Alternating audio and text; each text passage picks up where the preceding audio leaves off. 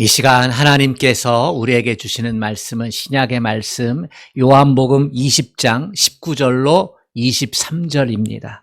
신약 성경 184쪽입니다.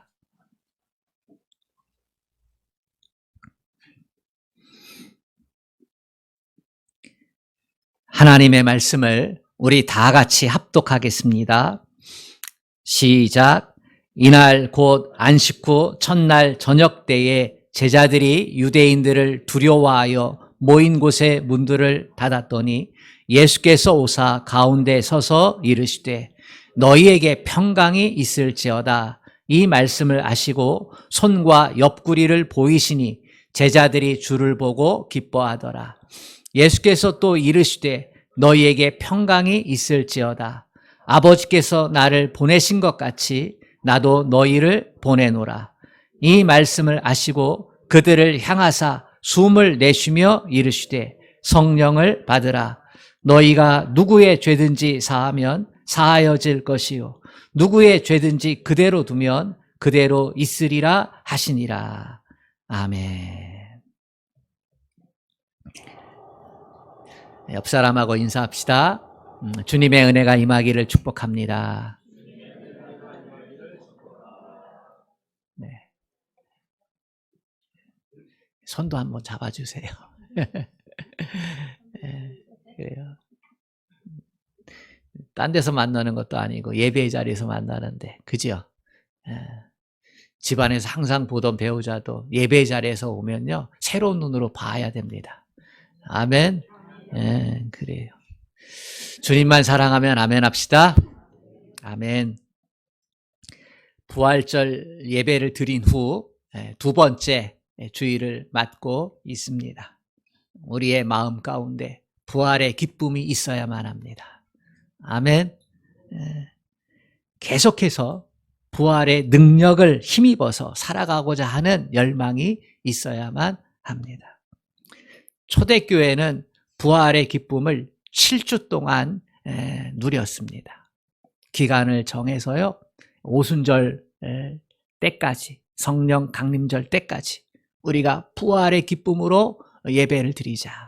그래서 7주 동안 부활의 말씀을 읽고 부활의 찬송을 드리고 부활의 은혜를 서로 나누고 그랬어요.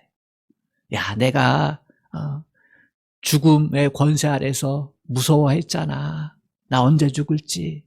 그런 염려 가운데 있었잖아. 근데 부활의 주님 만나고 나는 이제 자유케 됐어. 나는 이제 행복해. 내가 죄 때문에 얼마나 고통스러웠냐.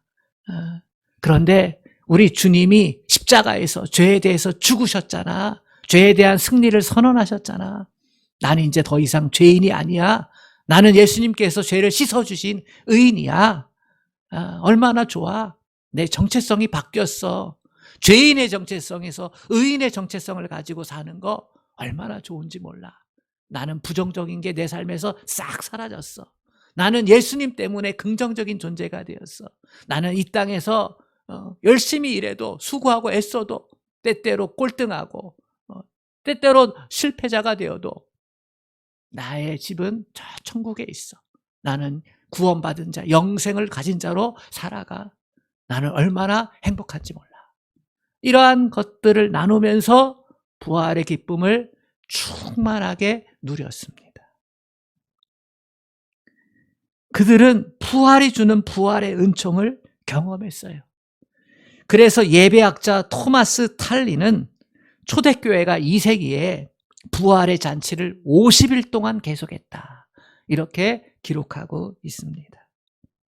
사랑하는 여러분, 초대교회가 부활의 기쁨과 능력 안에서 살았다면 오늘날 우리도 우리의 삶 가운데, 우리의 신앙생활 가운데 부활의 기쁨이, 부활의 능력이 충만해야 될 줄로 믿습니다. 오늘 말씀은요, 그 부활의 은총으로 찾아오시는 예수님의 모습을 본문이 기록하고 있습니다. 이 본문에서 우리가 세 가지를 생각해 보기를 원합니다. 첫 번째, 부활의 주님은 언제든지 우리를 찾아오신다는 사실입니다. 아멘. 부활하신 주님은 우리를 찾아오십니다. 찾아오십니다. 성경은 하나님이 어떤 분인가 우리를 찾아오시는 분으로 기록하고 있습니다. 기독교가 다른 종교와 다른 점은 인간이 신을 찾아 헤매고 하나님을 찾아 헤매는 것이 아니라 하나님께서 방황하는 인생을 찾아오셨다는 사실입니다. 선악과 따먹고 숨었던 아담을 찾아오셔서 가죽옷을 지어 입혀주셨습니다. 우상의 문화 속에 있던 아브라함을 찾아오셔서 믿음의 조상으로 세워주셨습니다. 애굽의 노예 생활에서 신음하던 이스라엘 백성을 찾아오셔서 해방의 역사를 그들의 역사에 기록해 주셨습니다. 공동체 체험을 한 거지요. 노예에서 해방을 자유인으로, 그 감격과 은혜가 그 역사 가운데 면면이 흐르고 있는 거예요. 그리고 예수 그리스도를 통해서 우리를 찾아와 주셨습니다. 십자가에서 구원의 문을 확 열어놓으시고 우리를 하나님의 백성, 천국 백성으로 삼아 주신 줄로 믿습니다. 성경은 무슨 책이냐? 하나님께서 인간을 찾아오신 역사라고 해도 과언이 아닙니다. 전혀 틀리지 않았습니다. 왜 찾아오십니까? 우리 하나님이 인간을 찾아오셨어요. 왜 찾아오셨어요? 찾아오셔서 환영받으셨습니까? 환영받으신 적도 별로 없어요.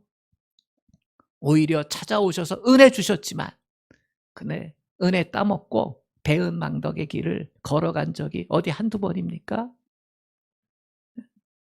많이 있었습니다.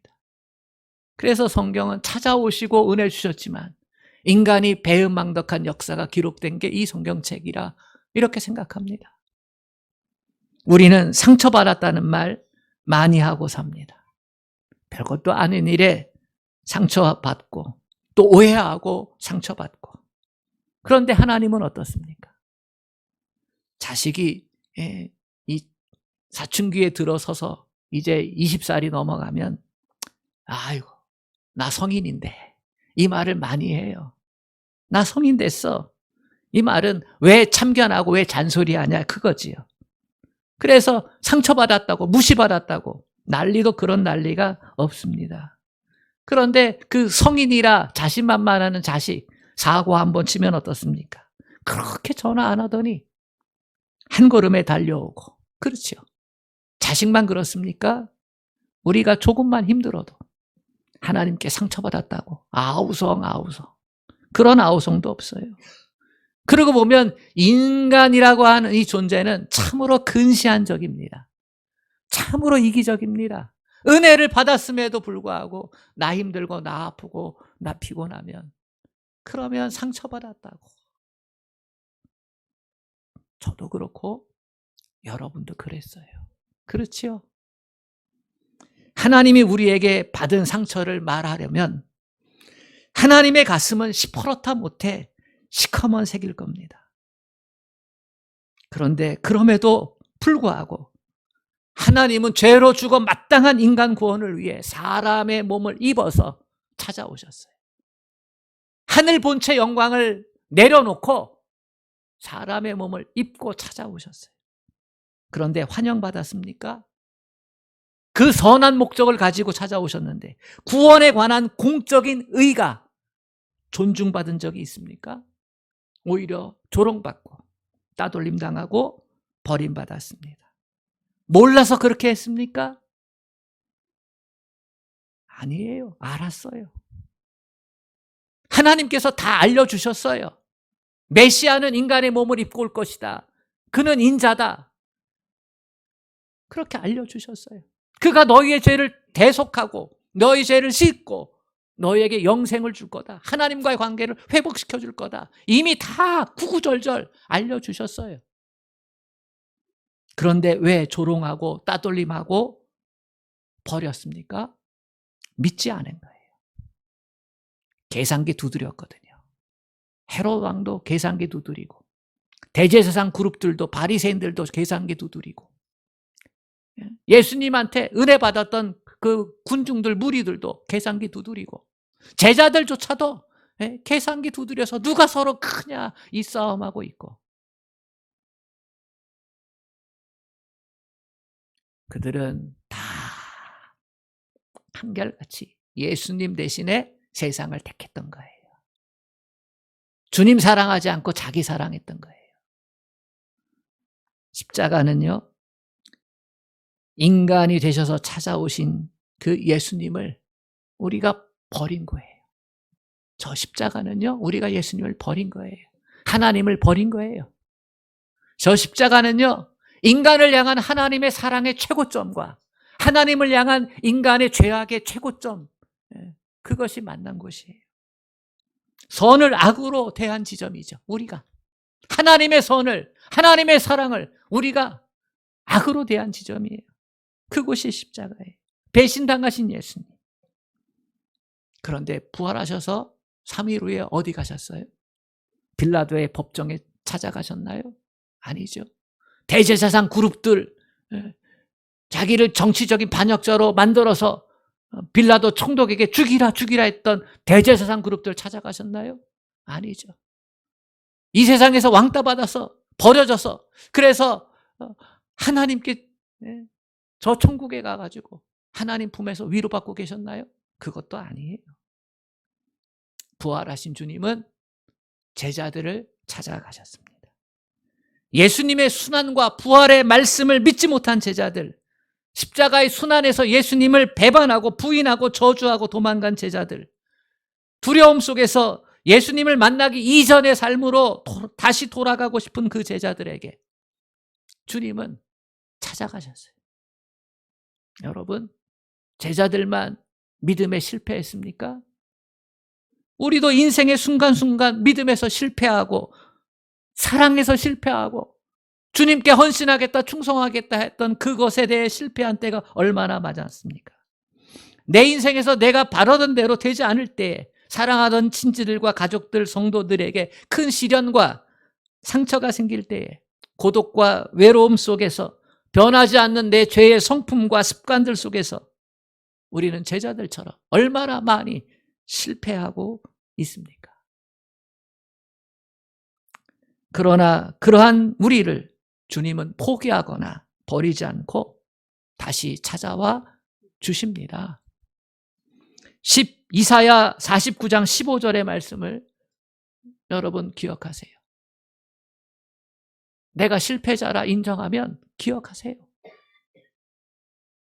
여인이 어찌 그 젖먹는 자식을 잊겠으며 자기 태에서 난 아들을 긍휼히 여기지 않겠느냐. 그들은 혹시 잊을지라도 나는 너희를 잊지 아니할 것이라. 아멘입니까? 가이드 포스트라고 하는 잡지에 실린 이야기입니다. 한 자매가 어렸을 때부터 신앙생활을 했어요. 열심히 주일도 지키고, 그런데 조금 커가지고 시험 들어서 하나님을 떠나고 더 이상 신앙생활을 하지 않았습니다. 내 마음대로 한번 살아보자는 거지요. 하나님께 대한 낙심이 뭐 어떤 게 있는지 모르지만 그녀를 내 마음대로 살아보자, 이 모습으로 바꿔놨어요. 결혼도 했는데요, 내 마음대로 살아보자 해서 결혼한 건데 그것이 사라지질 않으니까, 그 내 마음대로 살아보자 이게 사라지지 않으니까 사랑에 맞추지 못한 거예요. 그래서 결혼 생활도 파탄나고 이혼하고 그 집에서 쫓겨나고 그랬습니다. 그러니까 다시 이렇게 개선해야 되는데 그렇지 못했어요. 그 힘이 없었어요. 그러다 보니까 자기 삶을 막 내팽개치는 거죠. 무질서하게 사는 거죠. 되는 대로 사는 거죠. 그러다가 에이즈에 걸렸습니다. 그 에이즈에 걸려가지고 자포자기하며 살던 그때 어느 목사님이 이 여인을 찾아왔습니다. 그런데 이 여인은요, 냉담했어요. 목사님의 말을, 예수에 대한 증언을 들으려고 하지 않았어요. 그러면서 이렇게 쏘아붙였어요. 나는 이미 버림받은 영혼입니다. 내 자신뿐만 아니라 내 주변 사람들의 행복까지 망쳐놓은 사람입니다. 고통스럽지만 나는 지옥에 갈 수밖에 없습니다. 나 같은 인간은 더 이상 희망이 없습니다. 이 말을 듣고 있던 목사님은 그녀 옆에 있던 옷장, 그 옷장 위에 귀엽게 웃고 있는 여자아이의 사진이 있는 걸 발견했어요. 그래가지고 이 여인에게 물었습니다. 예쁘게 웃고 있는 이 여자아이는 누굽니까? 그녀의 얼굴이 살짝 조금 밝아지면서 제 딸이요. 제 딸. 세상에서 하나밖에 없는 가장 소중한 보물 같은 제 딸입니다. 목사님이 물었습니다. 자매님, 만약 저 아이가 어려움에 빠진다면 도와줄 용의가 있습니까? 물론이지요. 실수하고 못난 짓하고 그래서 몹쓸 병에 걸린다면 그래도 용서하고 사랑으로 품어주고 껴안아줄 수 있을까요? 물론입니다. 어떠한 상황에서도 놓지 않을 겁니다. 하나밖에 없는 사랑하는 딸이니까요. 그런데 그걸 왜 물으시죠? 왜냐하면 하나님의 옷장 위에도 당신의 사진이 붙어 있기 때문입니다. 하나님은 당신을 절대로 놓지 않을 것입니다. 당신은 이 세상에서 하나밖에 없는 하나님의 사랑하는 딸이니까요. 이 말을 듣고 그녀가 하나님께 돌아왔습니다. 새 삶을 살기 시작했습니다. 우리가 아무리 믿음에서 떠나고 주님을 사랑하는 것에서 실패할지라도 하나님은 우리를 포기하지 않고 찾아오십니다. 그렇습니다. 우리에게는 찾아오시는 하나님, 찾아오시는 부활의 예수님이 반드시 계셔야만 합니다. 찾아오시는 그 예수님이 있다는 사실을 믿으시기를 바랍니다. 찾아오십니다. 하나님의 때에 반드시 찾아오십니다. 만나주십니다. 두 번째, 부활의 주님은 우리에게 평강을 주십니다. 부활의 주님은 제자들을 찾아오셔서 한마디 하셨어요. 이 배신자, 그때 왜 나 저주했어? 그때 왜 나 모른다고 했어? 이렇게 하시지 않았어요. 너희에게 평강이 있을지어다, 이 말씀을 하셨어요. 평강은요, 히브리어로 샬롬이죠. 우리가 알다시피 샬롬. 이 샬롬은 평안한 감정이나 갈등이 없는 상태를 의미하지 않습니다. 이 샬롬은요, 관계적인 말이에요. 관계적인 말. 하나님과 나 사이, 사람과 사람 사이, 사람과 자연, 사람과 물질 사이, 그 사이가 화해하고 화합된 상태를 의미합니다. 하나님이 주시는 은혜가 땅 구석구석까지 흐르고 있는 상태이고 어떤 결핍이나 뒤틀린 것이 없는 상태, 그것을 샬롬이다, 이렇게 얘기합니다. 부활의 주님은요, 제자들의 모습을 아셨어요. 어떤 모습이에요? 예수님과 지금 관계가 어떻게 됐어요? 뒤틀려 있어요. 깨어져 있어요. 하나님과의 관계가 깨어져 있어요. 사람과 사람과의 관계가 깨어져 있어요.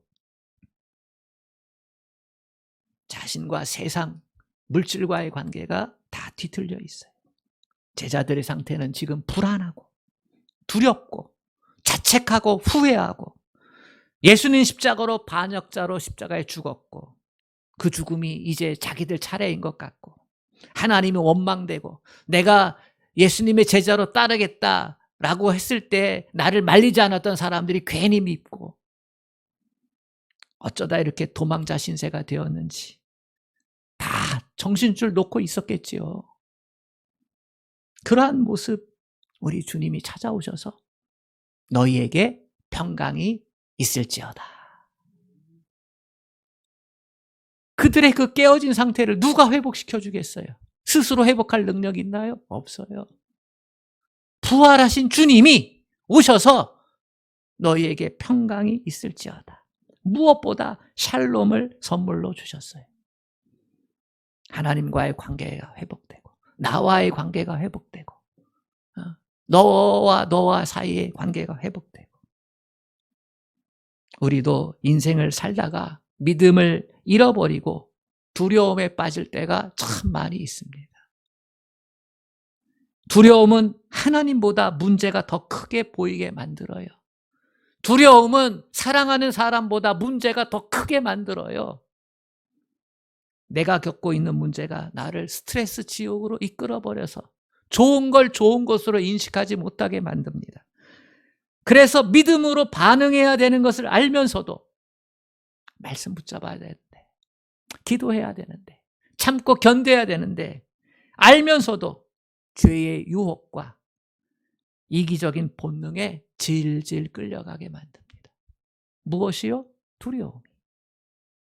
너 때문이야. 하나님 때문이야. 이것만 무한 반복합니다. 불안과 두려움에서 벗어날 수가 없는 거예요. 바로 이때 우리에게 찾아오시는 주님을 만나야 됩니다. 그분이 하셨던 음성을 들어야 합니다. 너희에게 평강이 있을지어다. 평안은요, 사람이 줄 수 있는 게 아니에요. 물질이 주는 게 아니에요. 권력이 주는 게 아니에요. 주님이 주시는 거예요.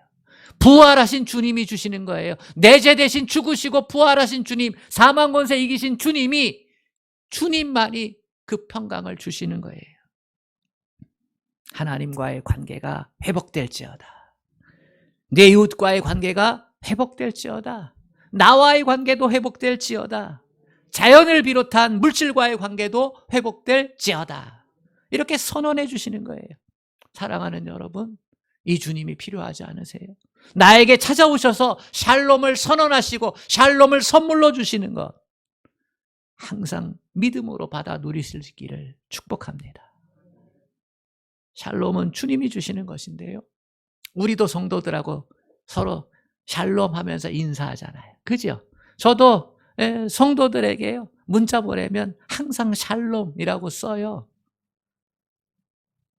부활의 주님께서 주시는 너에게 평강이 있을지어다 라고 하는 그 선언이 당신에게 임하기를 바랍니다. 이런 마음이에요. 당신이 그것을 기억하기를 바랍니다. 이 마음이에요.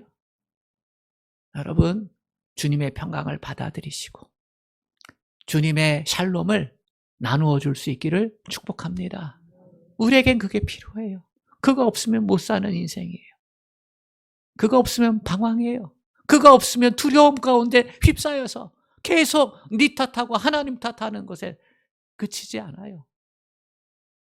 평강 주시는 주님, 그분을 환영할 수 있기를 축복합니다. 세 번째로, 부활의 주님은 우리를 증인의 삶으로 파송하십니다. 제자들에게 찾아오셔서 평강 주시고, 그리고 나서 이제 제자들을 부활의 증인으로 세상에 파송을 하십니다. 21절 하반절에 보면 아버지께서 나를 보내신 것 같이 나도 너희를 보내노라 그랬어요. 한번 따라 하실래요? 아버지께서 나를 보내신 것 같이 나도 너희를 보내노라. 네. 이 본문과 평행 본문인 누가복음 24장 44절을 보면 주님은요, 제자들을 보내시면서 확신을 주세요. 십자가의 복음, 부활의 능력에 대한 확신을 주셔요. 성경적인 근거를 가지고 확신을 주셔요. 한번 들어보세요. 또 이르시되 내가 너희와 함께 있을 때에 너에게 말한 바 곧 모세율법과 선지자의 글과 시편에 나를 가리켜 기록된 모든 것이 이루어져야 하리라 한 말이 이것이라 하시고 이에 그들의 마음을 열어 성경을 깨닫게 하시고. 얘들아, 너희에게 평강이 있길 바래.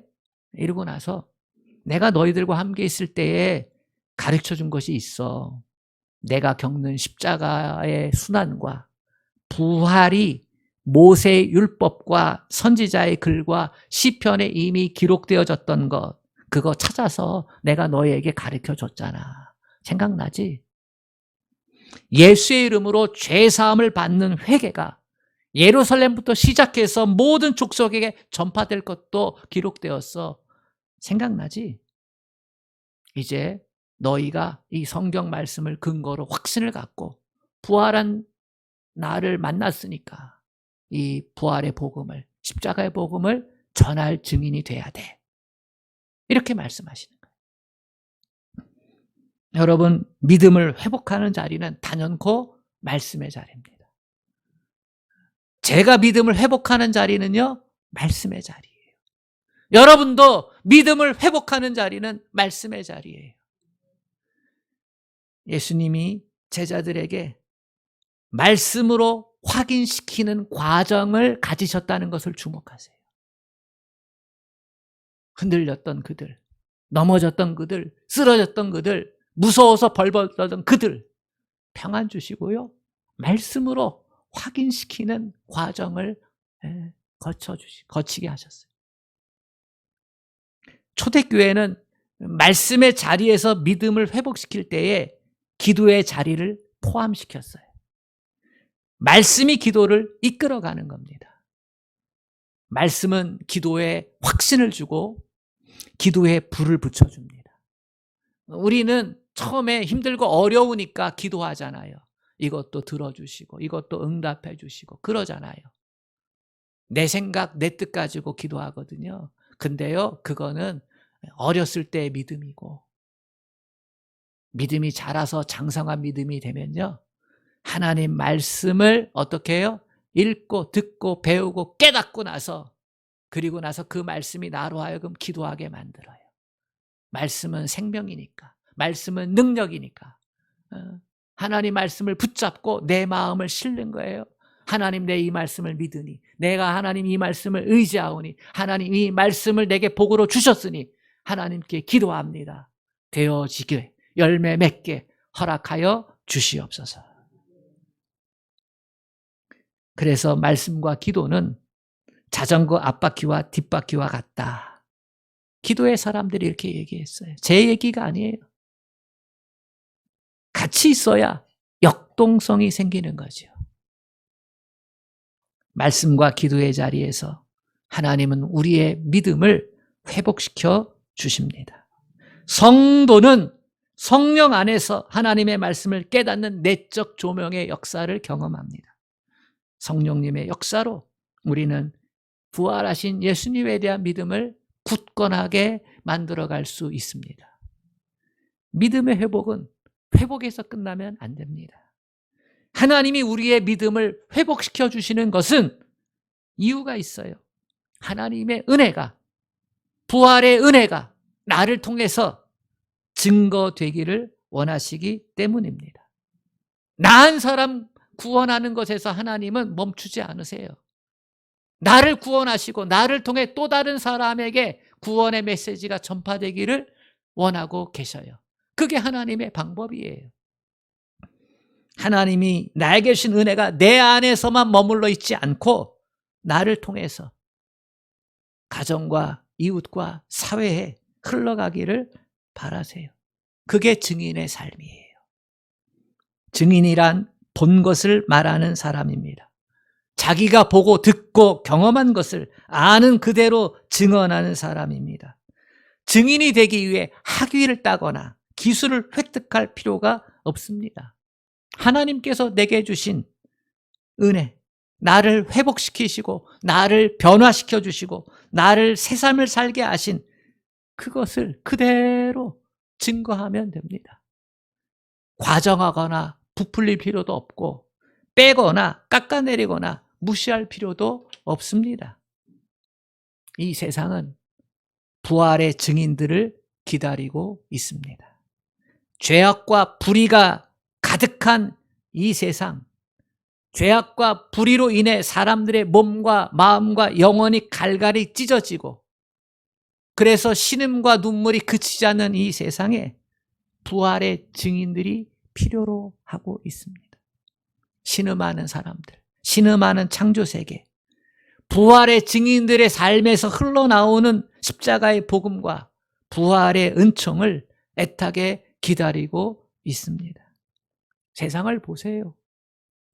다양한 중독들로 인해 몸부림치고 있는 사람들, 사회적 경제적 희망과 기회를 박탈당한 청년들, 사랑하는 가족을 떠나보낸 이들, 사회적 참사의 희생자들, 보호받지 못하는 노동 환경에서 목숨을 잃는 사람들, 온갖 미신과 이데올로기에 사로잡혀 있는 사람들, 독재와 전쟁 그리고 기후위기에 고통받고 있는 나라들, 이 세상은 단연코 부활의 증인들을 필요로 하고 있는 현장입니다. 여러분, 무엇으로 인간의 죄악을, 무엇으로 사회의 구조적인 악과 불의를, 무엇으로 점점 심해져가는 양극화와 불평등을 해결할 수 있겠습니까?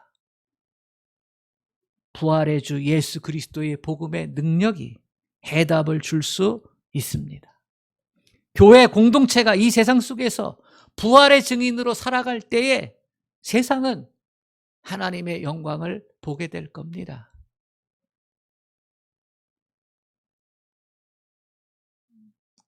스칸디나비아에 페드로라고 하는 어부가 있었습니다.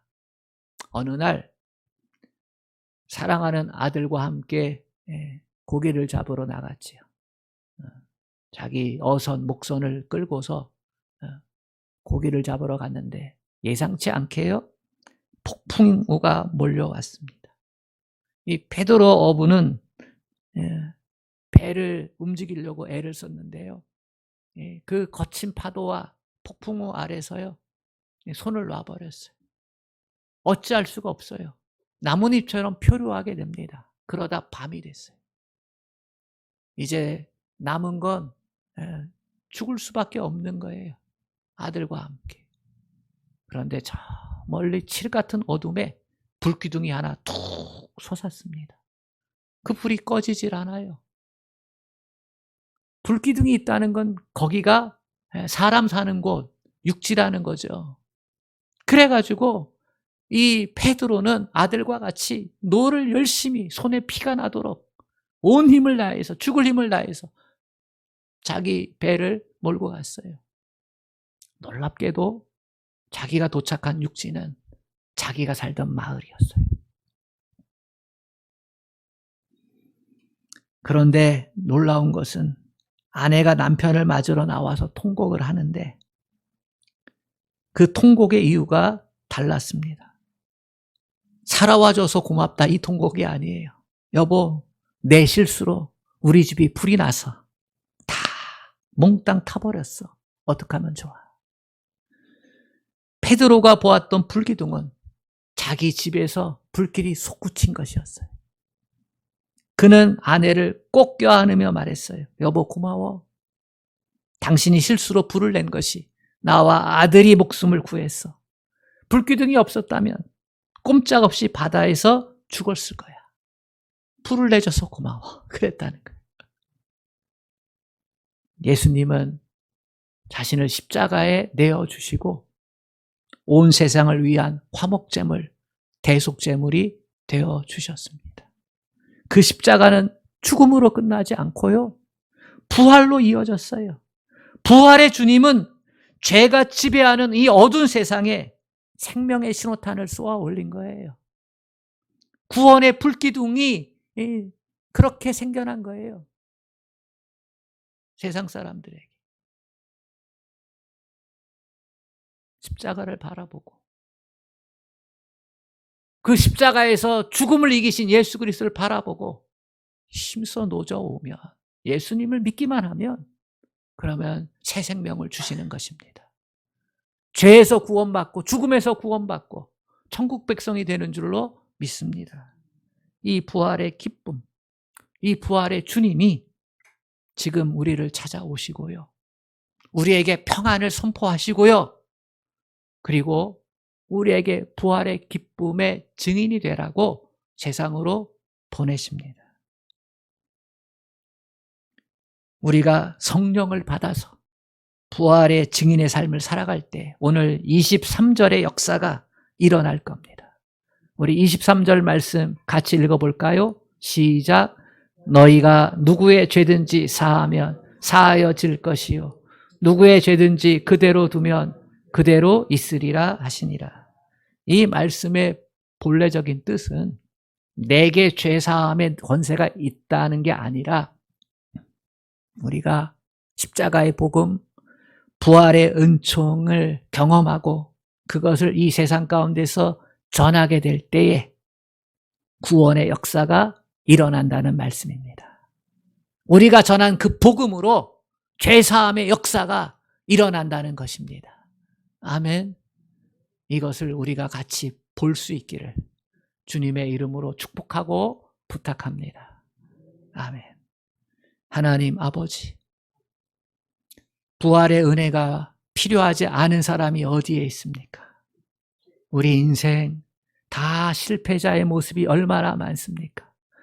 성공했음에도 불구하고 실패자일 때가 얼마나 많습니까? 가졌음에도 불구하고 잃어버린 것이 얼마나 많습니까?